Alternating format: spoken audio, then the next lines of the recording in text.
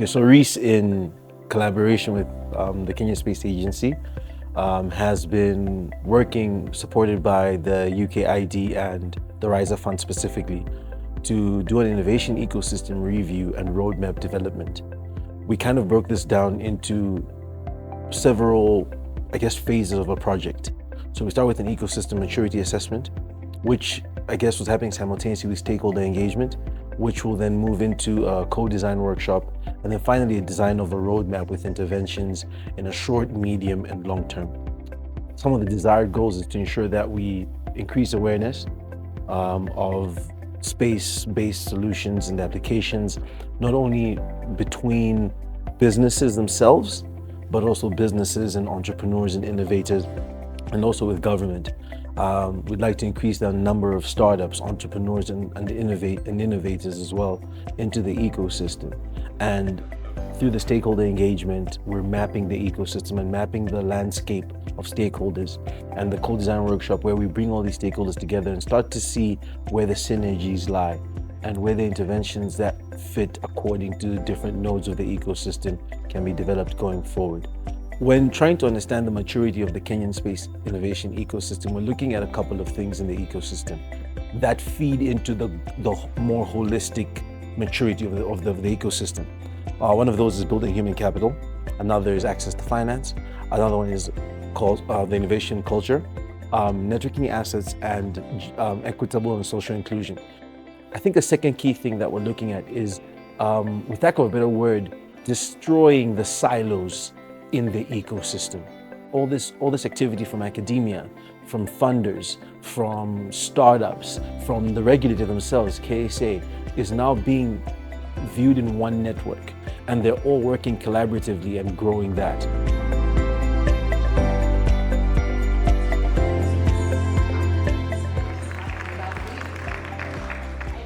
The purpose of the co-design workshop was really to incorporate the voices of those who are active in the space ecosystem and incorporate those voices and perspectives into the roadmap that is being developed.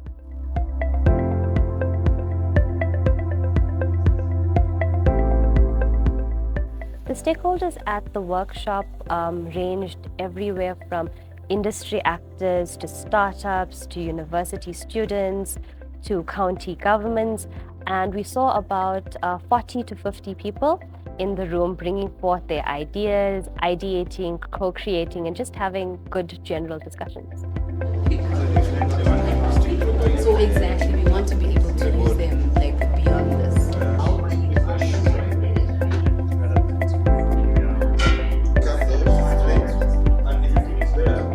So the primary objective for the workshop was really to get the stakeholders from the ecosystem ideating, co-creating, bringing ideas, bringing solutions to put into the roadmap itself. But it exceeded my expectations in a sense that there was networking happening organically. People were having their business cards exchanged, conversations within the session, in the tea breaks, during lunch.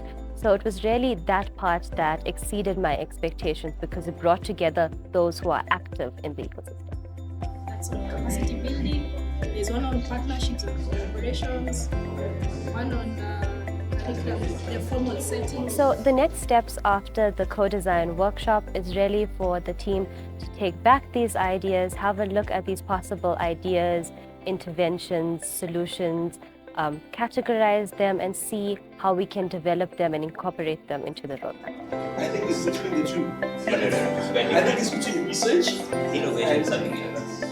At the end of the day, we need to design interventions from the workshop that people can partner with naturally. The best way to get people to partner with it naturally is if they're involved in the process. If they feel and they can see the journey of the development of their idea into what is becoming an implementation vehicle and then an intervention, it makes it easier for them to think we can partner with that.